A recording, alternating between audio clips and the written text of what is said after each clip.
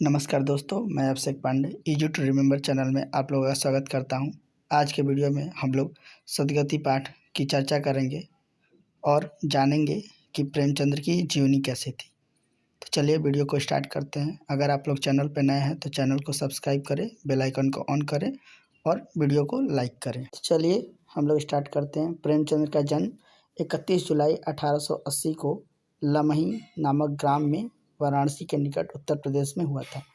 इनका बचपन का नाम धनपत राय था और इनकी उर्दू रचनाओं का नाम नवाब राय के नाम से लिखते थे। इनका मूल नाम मुंशी प्रेमचंद्र था और इनकी मृत्यु 8 अक्टूबर 1936 को हुई थी। इनकी प्रमुख रचनाएं सेवा सदन, निर्मला, रंगभूमि, कर्मभूमि, गोदान, गब्बन आदि है। नाटक में इन्होंने करबला संग्राम और प्रेम की वेदी लिखी थी। कहानी में आत्माराम, दुर्गा के मंदिर, न्याय, बूढ़ी काकी, सवा शेर गेहूँ, शतरंज के खिलाड़ी, नमक का दरोगा, सदगति इत्यादि थी। इस पाठ को प्रारंभ करने से पहले सबसे पहले हम लोग प्रमुख कैरेक्टर के बारे में जानेंगे। तो सबसे पहले इसमें दुखिया चमार, उसकी पत्नी झुरिया, पंडित जी, पंडिताइन जी और चिखुरी गोंड हैं। इस कहानी प्रेमचंद्र जी बताते हैं कि दुखिया अपनी बेटी की लगन धराने के लिए पंडित जी के पास एक गट्ठर घास लेकर जाता है। पंडित जी को देखते ही साक्षात दंडवत करता है और उनसे अपने घर चलने की और बेटी की लगन धरने की आग्रह करता है। पंडित जी ये सब सुनते ही उससे कुछ काम सौंप देते हैं, जैसे झाड़ू लगाना, द्वार लिपना आदि। और ये सब काम सौंपने के बाद वो अपने पूजा पाठ के लिए चले जाते हैं। दुखिया सारे काम को जल्दी जल्दी करना प्रारंभ करता है। सामान्य है लेकिन सबसे दुखद काम एक ऐसी लकड़ी को काटने के लिए कहना जो किसी के लिए सरल नहीं था। इसका अर्थ यह नहीं कि पूजा पाठ कराने की दक्षिणा यही है। यह कार्य तो साथ चलने की अप्रत्यक्ष शर्त थी। जिस लकड़ी को काटने का काम दुखिया को पंडित जी ने दिया था, उस लकड़ी में एक गांठ थी जिसे सामान्य कुल्हाड़ी से काटना बेहद मुश्किल था। लगातार कुल्हाड़ी मारने पर भी लकड़ी पर एक निशान तक नहीं आता।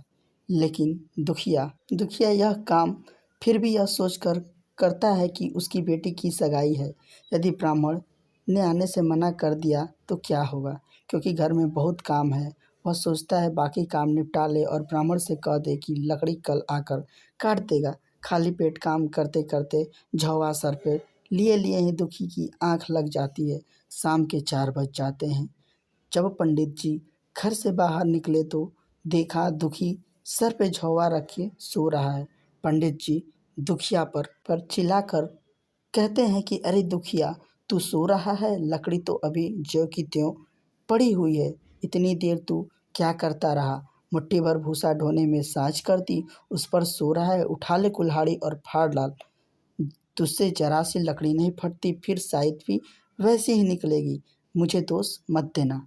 दुखी ने कल आकर लकड़ी काटने वाली बात कहने का जो विचार किया था वह विचार ही रह गया। लकड़ी के पास आकर पंडित जी जोर देने लगे कि लकड़ी पर जोर से मार, अभी फट जाएगी। अचानक दुखी के अंदर न जाने कैसी शक्ति आ गई। थकान, भूख, कमजोरी मानो सब भाग गई हो। वह अपने पूरी ऊर्जा के साथ लकड़ी पर आधे घंटे तक प्रहार करता रहा। परिणाम स्वरूप लकड़ी बीच से फट गई और दुखी के हाथ से कुल्हाड़ी छूटकर गिर पड़ी।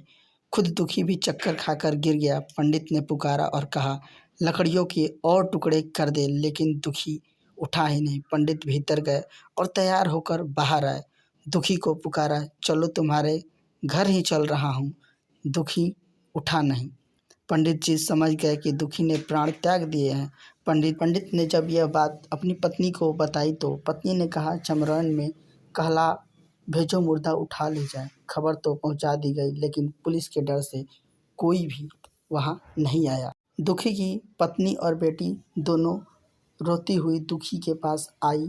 आधी रात तक रोई, लेकिन कोई भी मदद करने नहीं आया और अंततः वो भी रो पीट के अपने घर चली गई। सुबह हो गई, कोई चमार लाश उठाने नहीं आया। परिणाम स्वरूप सारी चमारें भी रो पीट कर चली गई। दुर्गंध फैलने लगी।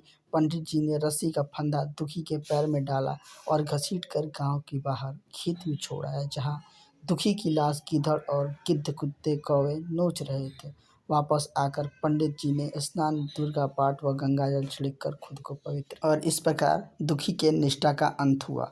इस कहानी के माध्यम से आप क्या समझते हैं, कमेंट करके बताएं। अगर वीडियो अच्छी लगी हो तो वीडियो को लाइक करें, चैनल को सब्सक्राइब करें और अपने दोस्तों में शेयर करें। तब तक के लिए जय हिंद, जय भारत। मिलते हैं नेक्स्ट वीडियो में।